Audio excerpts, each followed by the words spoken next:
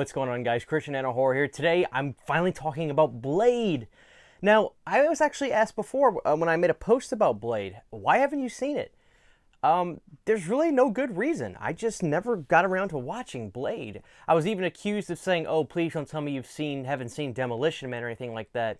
Well, for those of you that are newer to my channel, those that are longtime viewers know that I'm a huge action movie fan, and I plan on doing a lot of horror-typed action films in the following days and following months. And I thought, what better way to kick this off within a movie that I just recently fell in love with, Blade. You know, I've loved Wesley Snipes. I like him in Passenger 57. I love him in Demolition Man. Wesley Snipes is a bad son of a gun. There's no denying that. Now, why have I not seen Blade? Obviously, I've known about it. I know what it is. The answer is no reason in particular. I just never got around to watching it. So, on Halloween day of all days, I got through my entire schedule that I posted the day of on YouTube, and I was like, what's next? And my wife was like, let's do Blade. And I was like, and she says, have you seen it? I was like, I haven't seen it. Sure enough, I watched Blade, and I really, really, really enjoyed the film. So a small plot synopsis is you've got the character of Blade. He is half man, half vampire. He's got the strengths of the vampires, but doesn't have the weaknesses of the vampires. He's this tough son of a gun who dresses in all black and looks like a anti-superhero who is just ripped to shreds, and he can kick so much butt.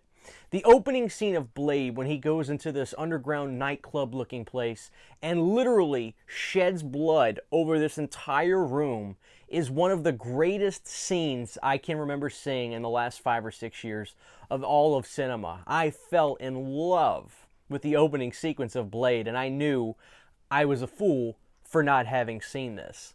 And you've got these evil vampires that want to just basically take over the underworld, and they want to invade in our lives, convert, and rule the world. But there's also some turmoil in the vampire world. You've got a guy named Deacon Frost who isn't a pure vampire. He was not born a vampire, but he turned into one. But he has climbed up the ranks. He is somewhat of this anti-leader. It's actually cool in this movie to see that even the dark side and the vampire side, they have their turmoil too, because you always have the good guys that have to go through adversity with their own people in movies like this. But it's nice to see that the villains aren't perfect either.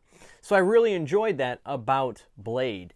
Now, this character of Blade is absolute machismo to the 10th degree, and Wesley Snipes was absolutely perfect for this role. I don't know if anybody else was asked to be Blade when this movie was coming out, or if Wesley was the first choice, but he's the only choice. I can't imagine anybody else being Blade in this film. And this movie is a beat-em-up horror vampire bonanza extravaganza, and I really, really liked it. Now, I've also been vocal about not being the biggest superhero type of movie fan. I don't really do much of the Marvel or DC stuff. I love action films. I love action films, but I was never a huge fan of the underworld, superhero tights, flying in the air, picking up buildings type of thing. It's never been my thing. Not that I have anything against it. I was a huge fan of that movie Brightburn, which I'm assuming was the evil Superman story.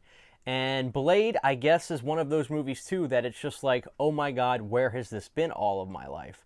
Because to me, action is the cousin to horror. The equivalent of bloodshed on a wall is to something like a building exploding and cars flipping and blowing up. Well, when you combine those two in a movie like Blade, I am in hog heaven. But as much as I loved Blade, there are a few things that I would have done differently or questioned a little bit. So in this movie, Blade has this woman who gets bit, and he and his mentor, the guy who taught him about this world, the guy who taught him how to survive being a vampire and doing this and that, they try to save this girl, and they're telling her, you've only got a couple days to go. You very well could turn at any moment, meaning turn into a full-fledged, blood-sucking vampire. And in the midst of this, there's a scene at the end, spoiler alert, where she is close to dying during this huge battle with Deacon Frost and all these vampires going against Blade, and he's trying to stop everybody, where she says, take my energy, you need it to fight, because Blade was Blade had met his match when he had like 15 guys go up against him. Well, he locked onto her throat and sucked for like a good 3 or 4 minutes, and somehow she didn't die. And what really threw me off, I didn't understand that all the way.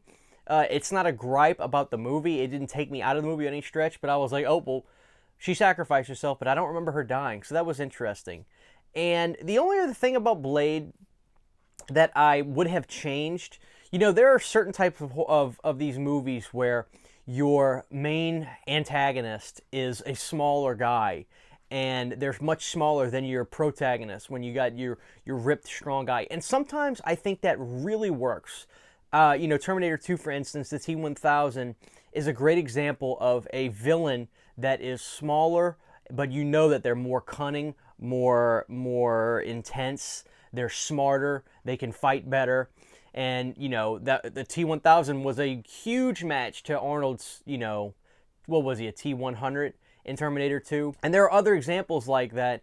And with Blade, I would have preferred, you know, Deacon Frost, who's not necessarily even in charge of the vampires. He's more of this anti-villain vampire, anti-hero villain / whatever you want to call it, vampire that goes against the grain of like the purebred vampires and starts his own mutiny. I would have preferred him to be a little bit of a more bigger brute guy to make the fight seem more intense between the two. So I wasn't huge about the casting of Deacon Frost in that film. I would have preferred to have more of a bigger, stronger guy that, you know, seemed more inept to be I'm taking over kind of thing. But I understand what they were going for, and they didn't fail by any stretch of the imagination, in my opinion, but I would have changed the casting on that a little bit. But all in all, Blade is a bonanza. There is blood everywhere. The opening sequence was an absolute 10 out of 10. The fighting was awesome. The story was great. I loved how dark and moody the film was. This is 1998, so it was this pure 90s nostalgia trip. I just wanted to play a Nintendo 64 and go to Taco Bell immediately after finishing this movie, which is a great thing.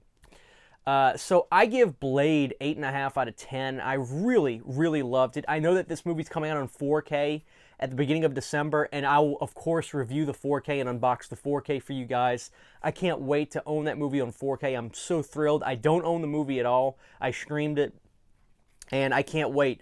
Now, at the time of this recording, I watched Blade 2, but I want to revisit it before reviewing Blade 2 for you guys because I'm undecided which one I like more.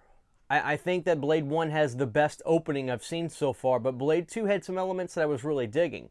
So I'll be revisiting Blade 2 before I review it. But for those of you that can now stop throwing things at me, stop throwing tomatoes at me now that I've seen Blade, now that I love it, I'm really happy to be able to talk about this film. And I have seen Blade 2. I have not seen Blade 3, but I hear that Blade 3 leaves a little bit to be desired. So that's unfortunate. But I do know that some of the casting was good. I think Ryan Reynolds was in it, who seems to be somebody that the fans of the franchise enjoy his performance in. So that's something I look forward to. I'll, of course, watch Blade 3. But let me know what you guys think. What are your thoughts on Blade? What was your story seeing this film? Did you see it growing up? I wish I had seen it years ago. I probably would have loved it even more now than then, although I love the film now, but it's this brand new thing to me. One of those silly things where I just never watched the movie, and that's my fault. So, yeah, 8.5 out of 10, Blade, 1998, starring Wesley Snipes. Awesome, awesome action-styled horror movie. And I can't wait to talk about more action-styled horror movies as it's a subgenre that I really enjoy. So thank you guys for watching this video. This is Christian Hanna Horror saying, Blade, check it out.